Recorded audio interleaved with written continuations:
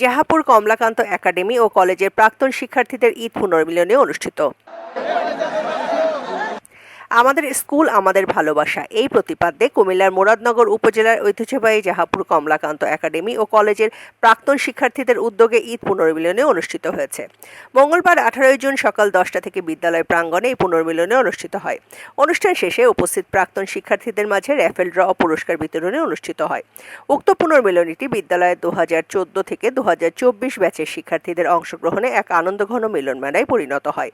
অনুষ্ঠানের ফাঁকে কেউ কেউ দলবদ্ধ হয়ে ছবি তুলেছেন, কেউ আবার আড্ডায় গল্পে মেতেছেন। বিদ্যালয়ের পুনর্মিলনীতে সকলে একসাথে হয়েছেন বিদ্যালয় মাঠে, একে অপরের সাথে পুরানো স্মৃতি ভাগাভাগি করেন।